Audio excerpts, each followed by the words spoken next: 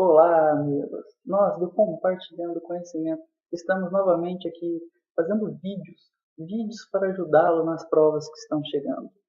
Meu nome é Matheus Brito, estou no quarto ano do curso de Direito e irei falar da disciplina Negócio Jurídico, que é estudado em Direito Civil, com o professor Luiz Rebelo.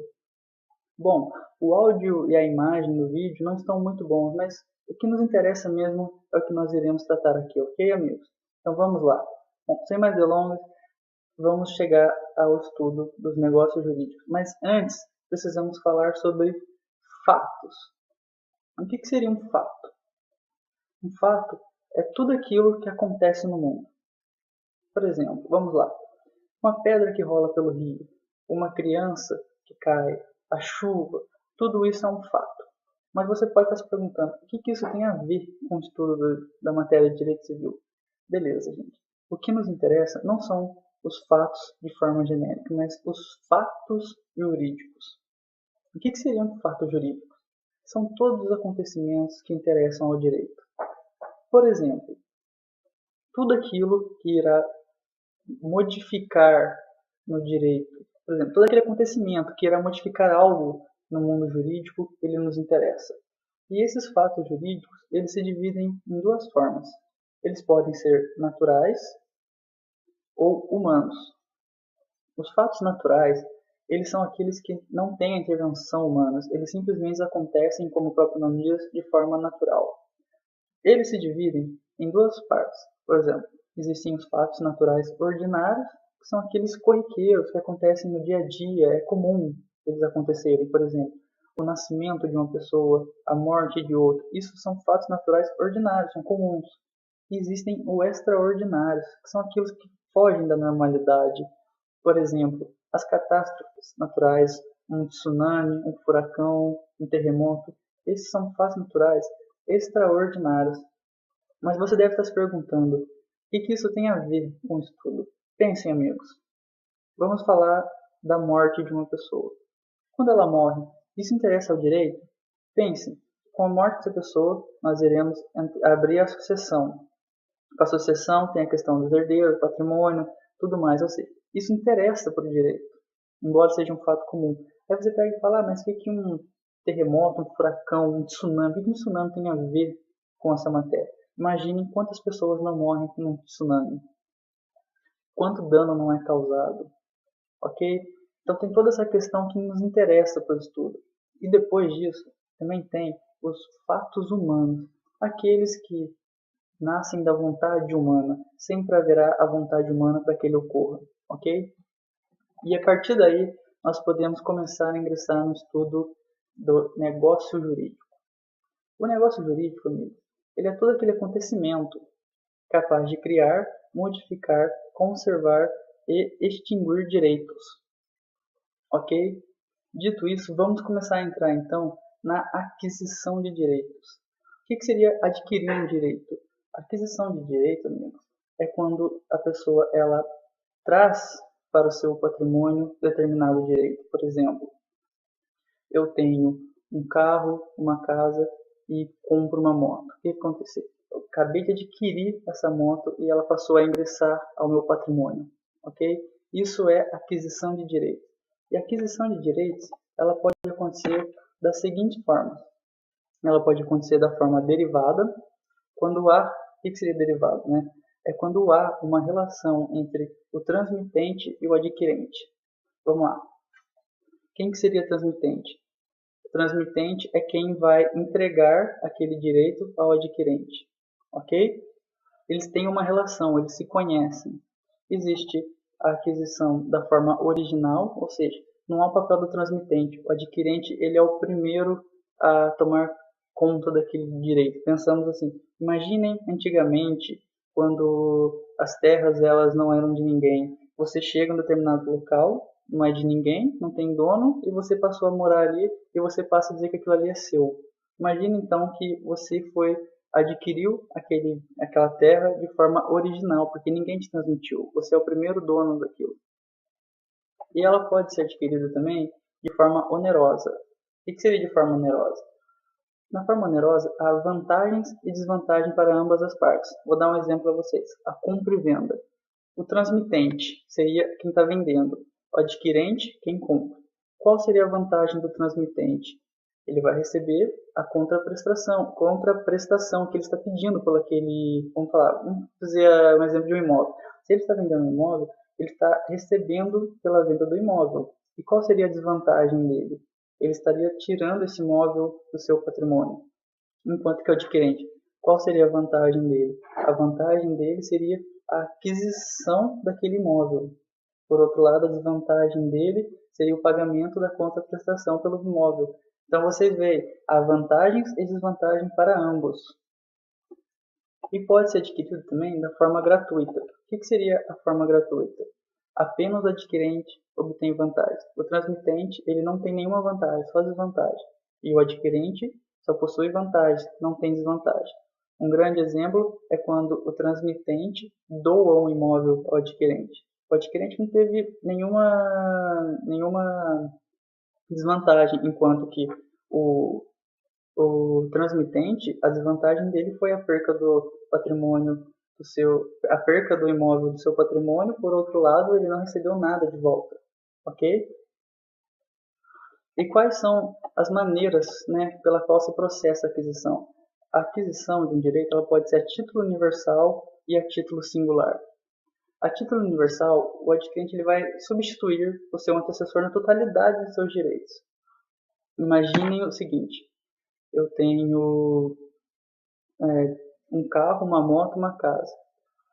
Aí eu tenho apenas um herdeiro, eu morri, esse herdeiro vai herdar esses bens, ok? E pode ser também, essa aquisição pode ser a título singular. Aí que mora um perigo e que pode acontecer uma pegadinha com vocês. A título singular não significa receber apenas um direito, um bem. Vamos pensar o seguinte: na título singular, você vai adquirir uma ou mais coisas, só que determinadas. Então vamos pensar. Uma pegadinha que podem fazer com vocês é o seguinte: imaginem que José ele tinha 5 casas, 3 carros, uma moto e apenas um herdeiro. Só que mesmo assim, José ele fez um testamento. Ou seja, no testamento ele foi lá, escreveu todos os bens que ele tinha e deixou para o seu herdeiro. O herdeiro de José, que recebeu todos aqueles bens que José tinha, ele recebeu a título singular ou a título universal? Lembre-se, ele recebeu todos os bens de José. Bom, a pegadinha está aí, porque se você pensar a título universal, ele vai herdar tudo. Só que a título singular não está dizendo que ele vai herdar uma coisa apenas, mas é uma ou mais coisas determinadas. Quando José fez o testamento, ele determinou os bens e para quem iria. Então, essa aquisição foi a título singular. Tomem cuidado, ok? Título singular não significa receber apenas um, mas receber coisas determinadas, coisas que foram indicadas, ok? Quanto ao processo formativo, podemos dizer que pode ser simples, ou seja, ele é gerado em uma relação apenas com um ato. Por exemplo, uma questão de locação. A assinatura do contrato de locação já cria o direito. Por exemplo, você assinou o contrato de locação, você já tem a posse daquele imóvel, você já pode morar nele, ok? E pode ser complexo, ou seja, ele vai ser necessário a ocorrência simultânea e sucessiva de mais de um fato. Por exemplo, se você compra um imóvel a prestação em 30 prestações, ele é um ato, você adquiriu de forma complexa, porque você vai ter que pagar em 30 prestações aquele imóvel. E é importante dizer que esses atos, se eles forem apresentados separados, eles não têm validade. Um exemplo: você comprou o imóvel, se você pagar apenas uma parcela dele, você já é dono, você já adquiriu esse direito? Não, você ainda não adquiriu o direito porque você precisa completar todos os atos, ou seja, 30 atos sucessivos, que se você retirar um deles, já era, ele não tem efeito, ok? E aí, a matéria traz algumas outras hipóteses de aquisição, que traz assim o seguinte: a aquisição pode ser por ato do adquirente ou por intermédio de outro. O que quer dizer isso? Está querendo saber quem é que foi buscar o direito. Por exemplo, por ato do adquirente. Eu fui lá em São José comprar um carro. Ou seja, eu fui lá, comprei o carro, eu adquiri aquele carro e eu fui lá buscá-lo, ok? E por intermédio de outro. Imaginem o seguinte: eu estou trabalhando e tem um carro que está sendo vendido lá em São José. E aí eu não posso ir por conta do meu trabalho, então eu vou lá e constituo um procurador. Faço uma procuração específica para que ele vá lá e compre, adquira aquele carro para mim. Ou seja, não fui eu que fui lá, mas adquiriram para mim, foi por intermédio de outrem, ok? E outra forma de analisar é se para si ou para outrem. Aquele direito que eu adquiri é para mim ou é para outro? Por exemplo, para mim. Eu fui lá, comprei um carro para mim. Eu vou usar ele, eu vou andar com ele, pronto, ponto. Não tem mais o que discutir. E para outrem? Por exemplo, eu fui lá e comprei um carro para o meu filho. Eu fui lá e comprei para o meu filho. Ou seja, eu comprei, mas eu comprei para ele. Ele não se entrou no meu patrimônio, mas entrou no patrimônio de outra pessoa. Ou seja, no caso, meu filho. Ok? Então, a diferença é que um quer saber quem foi buscar e o outro quer saber para quem é aquele direito. Agora, tem uma questão, é quando esse determinado direito que foi adquirido poderá ser exercido. Ele pode ser atual, ou seja, atual é quando ele está em condições de ser exercido imediatamente.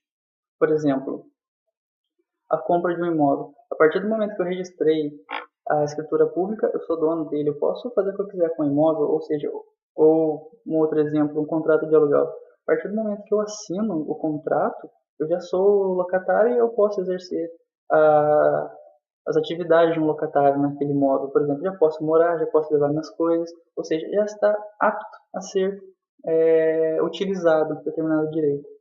Ele pode ser também futuro, ou seja, ainda não foi concluído, ele depende de alguma coisa para que possa ser exercido. Existe o futuro deferido, ou seja, a aquisição depende somente do arbítrio do sujeito. Um exemplo, na compra e venda de um imóvel, mesmo sendo lavrada a escritura pública, e mesmo que essa seja entregue ao comprador, o sujeito só será proprietário do imóvel quando ele decidir e registrar a escritura pública. Por exemplo, eu comprei um imóvel e eu já estou morando nesse imóvel, só que eu ainda não fui registrar no cartório. Enquanto eu não for registrar a escritura pública, eu ainda não sou dono. Mas para que depende para que eu seja totalmente dono, que aquele direito seja meu? Simplesmente depende de eu pegar e ir lá no cartório registrar a escritura pública. Entendeu? Ele ainda não está concluído, mas depende apenas de mim para ir lá e fazer ele ficar concluído. Existe o futuro não deferido. A consumação desse direito ele depende de algumas condições que podem ou não podem ocorrer. Por exemplo, eu falo o seguinte: eu vou dar um carro para o meu filho se ele passar no vestibular. E se meu filho não passar no vestibular? Ele não irá ganhar um carro. Ou seja, para que ocorra, depende de condições futuras e incertas. Pode ser que ocorra, pode ser que não.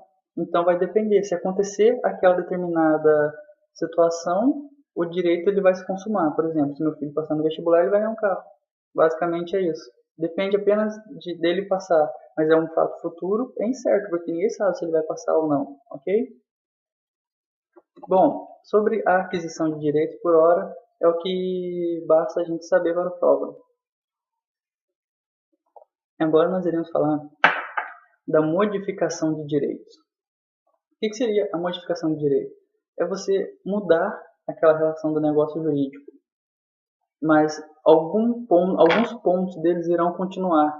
Por exemplo, essa modificação ela pode ser objetiva. O que seria uma modificação objetiva? A modificação se dá no objeto do negócio. Por exemplo, no empréstimo, vamos usar um contrato de empréstimo. No contrato de empréstimo, uma modificação objetiva vai mudar o objeto. O que seria o objeto? A questão financeira, o do empréstimo, o dinheiro que seria emprestado, mas as partes continuam a mesma. Por exemplo, essa modificação, se ela for quantitativa, ela vai aumentar ou diminuir o volume. Por exemplo, eu fiz um empréstimo de 5 mil, e o que seria a modificação? Eu pagar com desconto, pagar 4.500 de desconto, ou uma modificação quantitativa, eu poderia pagar 5 mil mais juros e correções, ou seja, modificou a quantidade do objeto, mas as partes também continuaram a mesma. E essa modificação objetiva, ela pode ser qualitativa. O que vai acontecer? Eu fiz um empréstimo de 5 mil reais e para pagar eu não tinha o dinheiro. O que eu fiz? Eu fui e dei a minha moto. O que acontece? Eu paguei a dívida, mas com um objeto diverso daquele da relação jurídica. Eu devia pagar 5 mil reais em dinheiro, em espécie, mas o que eu fiz? Eu paguei em uma moto. Então as partes continuaram a mesma, mas o negócio ele foi concluído com um outro objeto diferente daquilo que tinha sido pactuado. Vamos pensar o seguinte: na quantitativa eu vou pagar com o mesmo objeto que foi pactuado.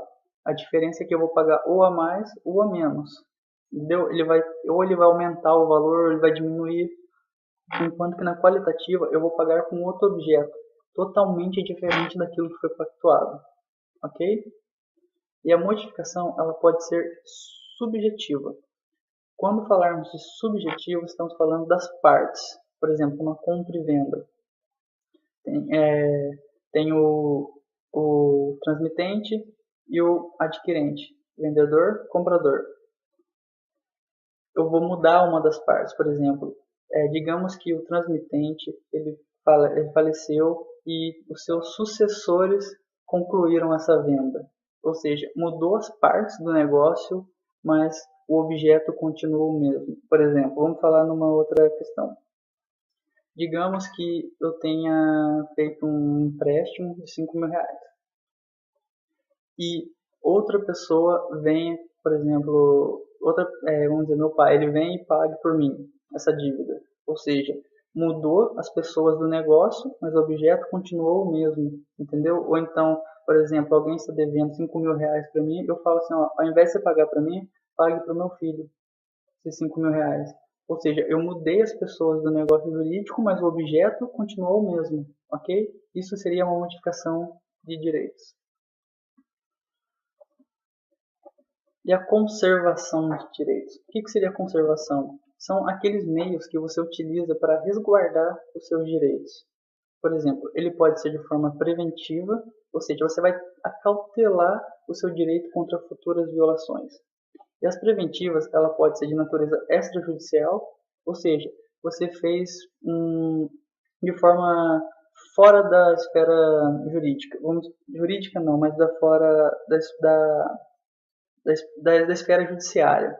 Por exemplo, eu empresto um dinheiro para alguém, só que para garantir que você vai pagar, que essa pessoa vai pagar, eu faço ela assinar uma nota promissória.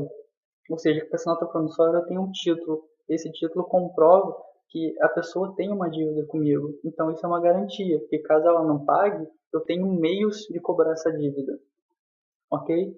E tem a preventiva de natureza judicial. Neste caso, eu vou até o juiz para garantir que seja cautelado esse direito. Por exemplo, digamos que eu tenho com você um contrato de locação. Esse contrato ele vai se vencer em dezembro desse ano e eu descubro que você não está pretendendo sair. Você tá comentando com algumas pessoas que você não, mesmo acabando o contrato, você não vai sair e que você vai ficar até o fim da faculdade. Digamos que você tem mais 3 anos de faculdade, você vai ficar até o fim dela. E eu sabendo disso, o que eu faço? Eu vou em juízo e informo, olha, fulano de tal, ele não quer sair do imóvel após o vencimento do contrato. O contrato vence em dezembro do ano de 2017. Por favor, caso isso não ocorra, notifique essa pessoa para que quando o contrato acabar, que ela saia. Porque se ela não sair, nós iremos resolver isso na esfera judicial. Ok? Ou seja, é uma forma de você garantir que seu direito não seja violado. Mas uma você faz fora de juízo, outra em juízo. Essa é a diferença entre elas. E essa conservação ela pode ser de maneira repressiva. O que seria maneira repressiva? É quando o seu direito já foi violado. Por exemplo, vamos pensar o seguinte. Eu aluguei o imóvel e o contrato vence em dezembro de 2017. Chega em dezembro de 2017, ao final do contrato, você não quer sair do imóvel. O que eu vou fazer? Vamos lá, vamos pensar assim, já estamos em 2018, o contrato venceu em 2017, em dezembro de 2017, eu já notifiquei para que você saia do imóvel porque não quero renovar o contrato e você não quer, ou seja, você já violou um direito meu. O que eu faço? Então eu vou até a esfera judicial e entro com uma ação de despejo, se fugiu o nome na cabeça, e entro com uma ação de despejo, ou seja, na repressiva o direito já foi violado e você vai utilizar da esfera judicial sempre para resolvê-lo, ok? E aí você vai tentar reparar os danos que você possa ter vindo a sofrer com essa violação, ok? Então vamos lá. Repressivo, já aconteceu a violação ao direito. Preventivo, estou me prevenindo para que não ocorra essa violação. Uma é antes da violação e a outra é depois de ter sido violado o direito, ok? E agora nós iremos falar sobre a extinção de direitos. O que seria a extinção de direitos? É quando aquele direito ele acaba. Ele pode acontecer pelas seguintes formas. Pode ocorrer o perecimento do objeto, ou seja, em virtude da deterioração daquele direito, ele se extingue. Por exemplo, vamos pensar assim num carro. Imagine que você tem um carro e você tem então um direito, você tem esse objeto. E digamos que você sofre um acidente e dê perda total no carro. O que acontece? Ele se deteriorou, ele pereceu, você perdeu esse direito, ele não existe mais, ok? Então, vamos dizer assim, é como se aquele direito morresse, ok? Ele pode ser extinto pela alienação. É muito importante você tomar cuidado com essa palavra. Alienação é tornar alheio, ou seja, é você transmitir esse direito a outro. Muita gente pensa que a alienação é simplesmente a venda, ou quando não pensa que é simplesmente a venda, a doação. Não, a alienação é um gênero. A venda e a doação seriam espécies, mas alienação significa você transmitir esse direito para outra pessoa. Ou seja, um exemplo de alienação, a compra e a venda, a doação, é você tornar de outro aquele direito que era seu, ok? É quando naquela relação transmitente-adquirente, você é o transmitente daquela relação, você alienou aquele bem, ok? Então tome muito cuidado com essa palavra. Pode ser pela renúncia, ou seja, uma forma de distinguir pela renúncia é você abrir mão de determinado direito em favor de outra pessoa determinada. Você sempre vai renunciar a favor de outra pessoa determinada. Por exemplo, digamos que você abriu mão de parte da sua herança, da sua parte da herança, em favor do seu irmão. Você renunciou a um direito que era seu, ok? Ela pode ocorrer pelo abandono. O abandono, ele não é muito diferente da renúncia, mas também nunca deve confundir os dois. O abandono é você abrir mão de um direito, é você não querer saber dele, você simplesmente abandonar, deixá-lo jogado, tipo, você tinha. Digamos que você tenha uma casa, você simplesmente vai embora dessa casa, não dá mais notícia, deixa ela lá, não paga imposto, ninguém sabe onde você está, ninguém sabe se você vai vender, o que aconteceu, ninguém sabe o que aconteceu, ou seja, você abandonou aquele direito. Isso seria o abandono. É você deixar esse bem, esse direito em algum lugar, mas sem indicar alguém para quem você irá transmitir. Você simplesmente deixou e foi embora. E ninguém sabe o que vai acontecer com aquilo. E ele pode também, a extinção ela pode ocorrer pela confusão. A confusão é quando em uma só pessoa reúnem as duas qualidades, ou seja, de credor e devedor. Digamos que tenha uma empresa que esteja. Vamos pensar o seguinte: uma empresa está devendo para mim. Digamos que eu prestei um dinheiro para uma empresa e ela está devendo para mim. Ou então, por exemplo, o meu irmão está querendo abrir um negócio, eu emprestei um dinheiro para ele tem uma empresa, então essa empresa está devendo para mim. Aí digamos que futuramente, antes dessa dívida seja saldada, eu compre essa empresa. Ou seja, a empresa que deve para mim é minha. Então, credor e devedor numa única só pessoa. O exemplo mais clássico que isso pode ocorrer, né, nem tão clássico, mas que é muito usado na faculdade, por exemplo, João emprestou 5 mil reais para Maria. Aí digamos que antes dessa dívida seja paga, João e Maria se casaram pela comunhão universal de bens, ou seja, vamos dizer que a questão patrimonial deles tornou única, tornou uma só. Então, João e Maria, eles se confundem, houve uma confusão patrimonial. Então, devedor e credor se juntaram, eles se tornaram um só, ou seja, a dívida foi extinta, ok?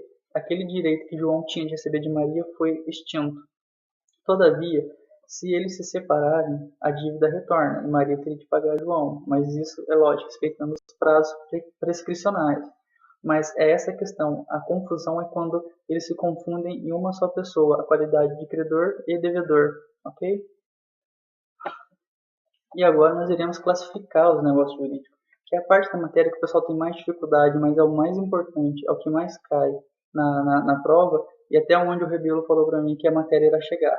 Classificações dos negócios jurídicos, ok?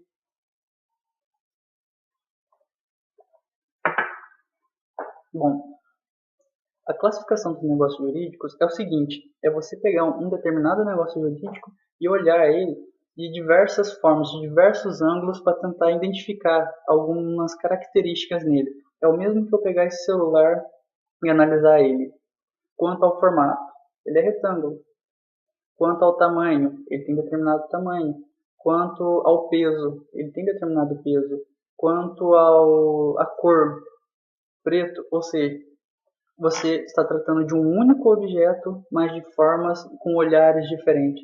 É isso que nós iremos fazer agora. É analisar o negócio jurídico de formas diferentes. Por isso vão ter diversas classificações, mas que não se confundem também, ok? Os negócios jurídicos, eles podem ser gratuitos. O que seria um negócio jurídico gratuito? A, a aquisição dele, você não precisa pagar uma contraprestação. Por exemplo, ó, vamos dizer assim, que Maria doou um imóvel para João. João não precisou pagar nada. Ele simplesmente recebeu de Maria de forma gratuita. Só que na forma gratuita, somente Maria vai ter desvantagens e João só vai ter vantagens. De um lado, ela perdeu um patrimônio, ela perdeu um bem do seu patrimônio, enquanto João adquiriu um bem ao seu patrimônio. Ou seja, João teve vantagem, Maria teve uma desvantagem, mas essa é a forma gratuita. Não há uma contraprestação pelo recebimento daquele direito.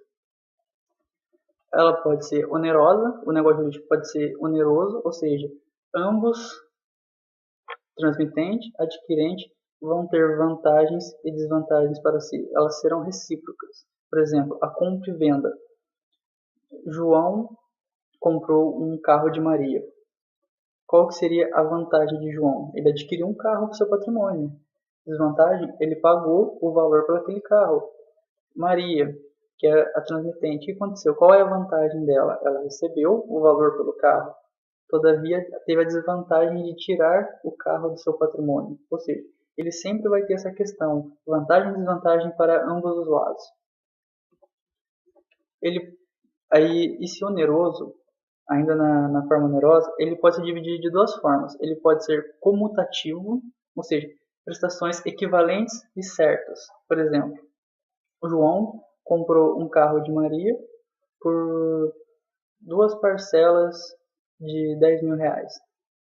Ou seja, ele sabe o quanto ele vai pagar, em quantas vezes ele vai pagar. Ou seja, é comutativo. As prestações já estão certas, já estão determinadas, não há nenhuma dúvida. E o oneroso, ele ainda pode ser aleatório.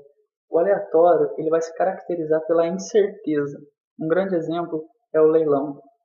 Eu coloquei um carro meu para ser leiloado. Embora tenha um valor mínimo, mas assim, eu não sei o quanto eu vou receber, porque vai depender naquele momento. Não é nada certo, ok? O aleatório, ele se caracteriza exatamente por essa incerteza, enquanto que o comutativo você sabe o quanto vai pagar, como e quando, entendeu? Essa é a diferença entre eles. Agora, uma outra forma que nós iremos analisar os negócios jurídicos são quanto às formalidades.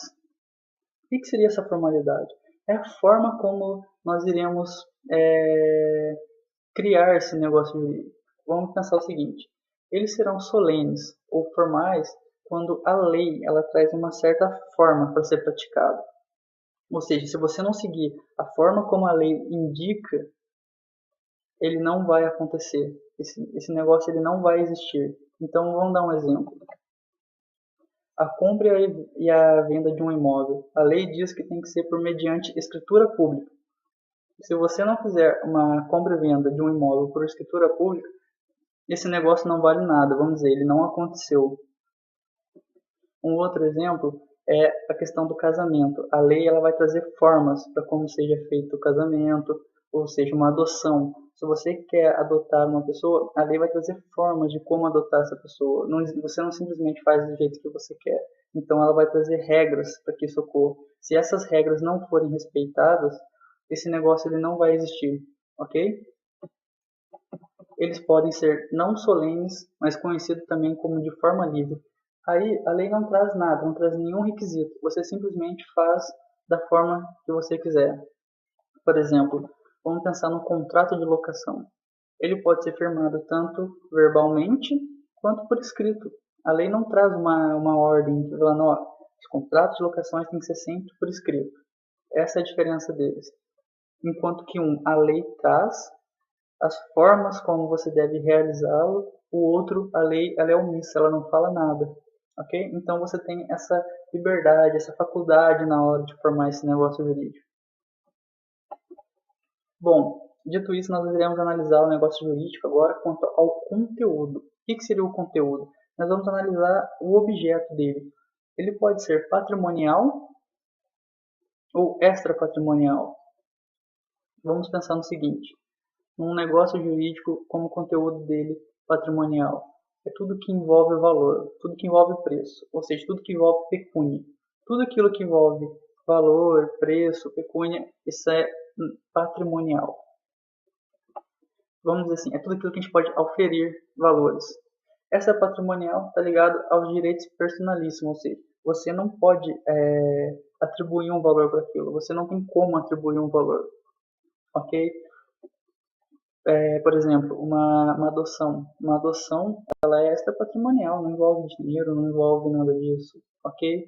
Ela terá outros desdobramentos mais lá para frente, mas a princípio o conteúdo de uma adoção não é patrimonial, é extrapatrimonial, ok?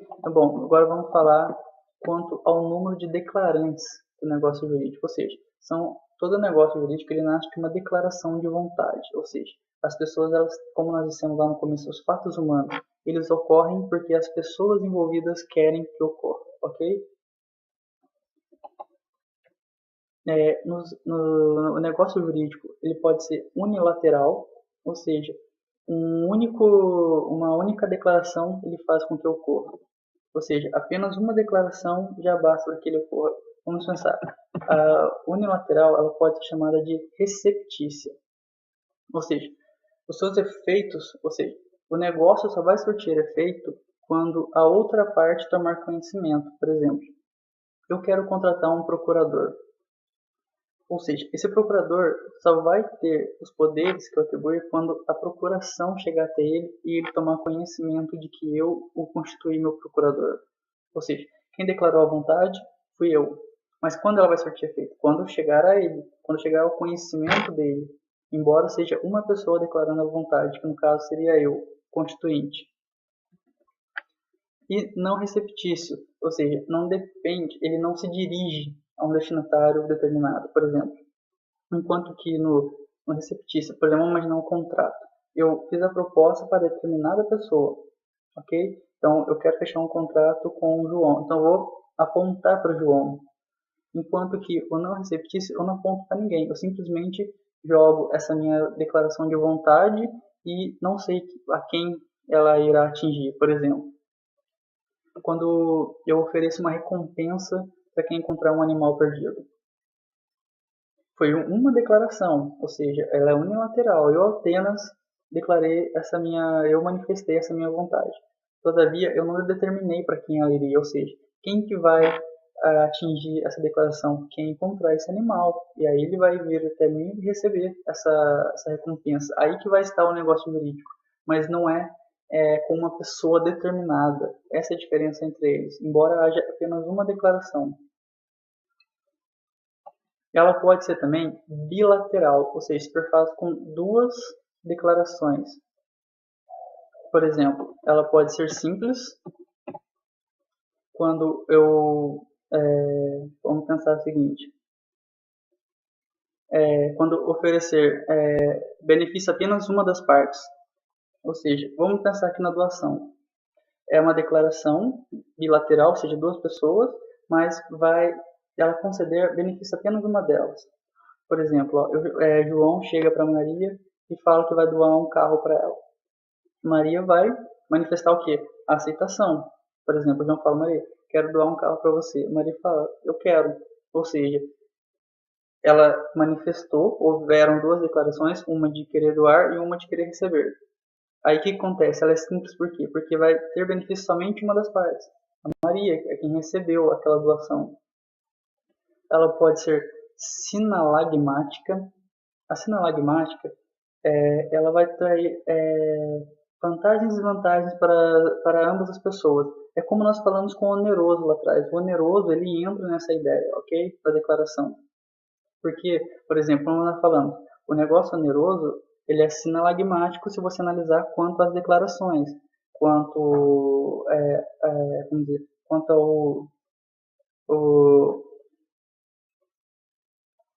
à forma que ele foi feito, ele é oneroso, mas ele também, quanto às declarações, é sinalagmático. O sinalagmático vai conferir vantagem e desvantagem para ambas as partes, mas ele não está dizendo simplesmente que é uma compra e venda, que é um negócio oneroso, mas o oneroso sempre será sinalagmático.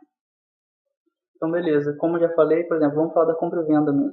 A compra e venda, ela é sinalagmática, porque traz ambas vantagens e desvantagens para os dois lados da relação, tanto para o vendedor quanto para o comprador, vantagem e desvantagem. Um outro exemplo é o contrato de locação também, que é sinalagmático, traz vantagem e desvantagem para ambas as partes, ok? E por fim tem os plurilaterais. Os plurilaterais envolvem mais de duas declarações. Por exemplo, imaginem que 4 pessoas querem abrir uma sociedade. Ou seja, essas 4 pessoas vão declarar vontade. Eu quero abrir uma sociedade, eu também quero, eu também quero, eu também quero. Ou seja, são mais de 2 pessoas declarando a sua vontade. E aí eles vão realizar um negócio jurídico.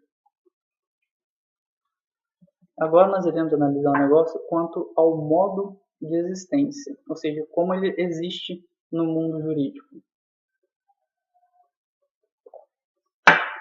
Esse negócio ele pode ser principal ou acessório. O que seria o principal? O principal é aquele que existe por si só. Ele basta para a existência. E o acessório, ele depende da existência de um principal. Vamos analisar o seguinte. Vou dar um exemplo. Imaginem um contrato de aluguel. O que seria o principal? O contrato de locação. A locação de determinado imóvel. Ou seja, o contrato ali ele é o principal quanto à existência. E digamos que tem ali um fiador. Esse fiador ele seria, vamos dizer, o acessório, o negócio acessório. Então, o negócio principal é o contrato de locação. O fiador seria o acessório. Vamos agora analisar o seguinte. Como eu disse, que o principal ele existe por si só, ou seja, o contrato de locação existe, não depende de nada, depende apenas da vontade das partes. Mas o contrato de fiança ele só vai existir se existir o contrato principal, que seria o contrato de locação, ou seja, ele é acessório. Vamos dizer que acabe o contrato de locação. O que acontece com a fiança? Ela vai acabar também, independente do que seja. Ele depende da existência do contrato de locação. Ele é apenas um acessório.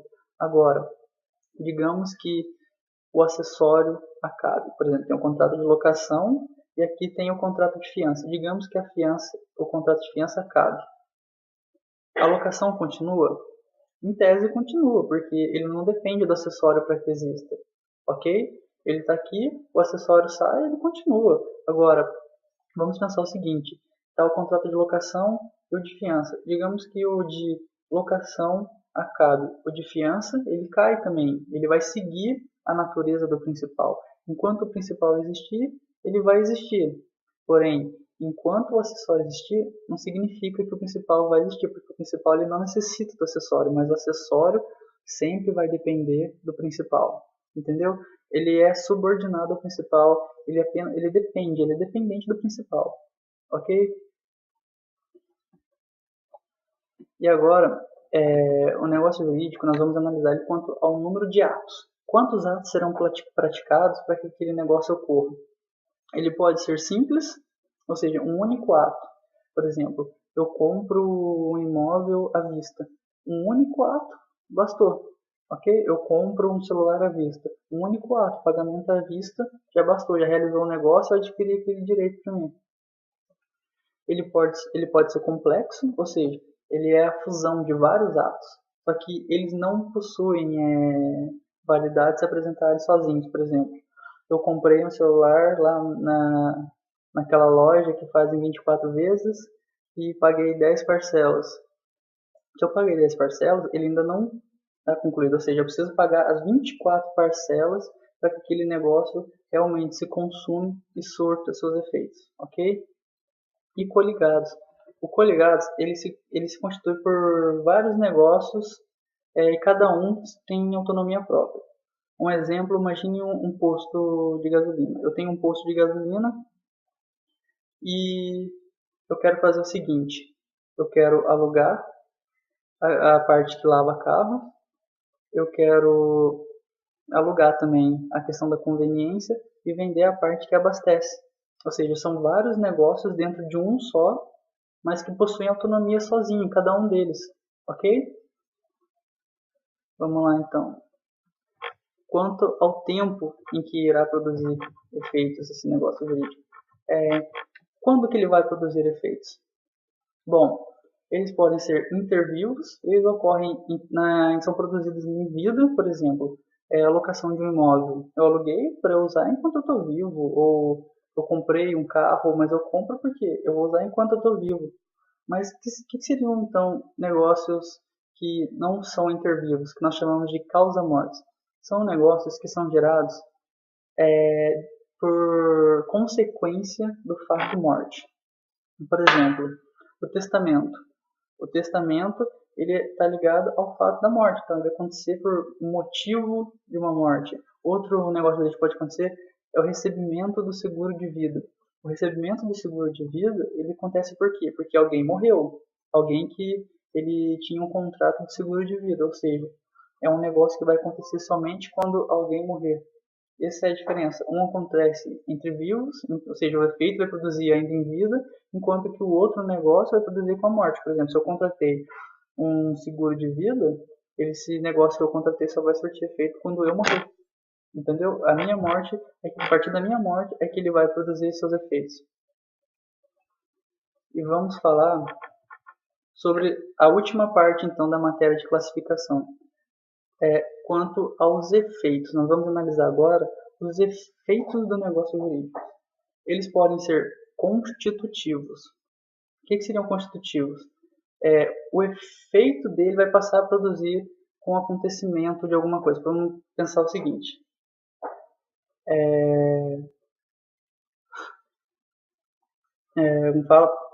Desculpa. Eu falei que eu ia comprar um carro para o meu filho se ele passasse no vestibular.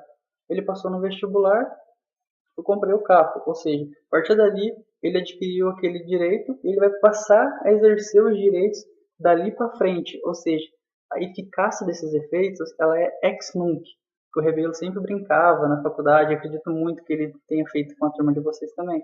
Ex nunc é quando bate aqui e os efeitos vão para frente, ok?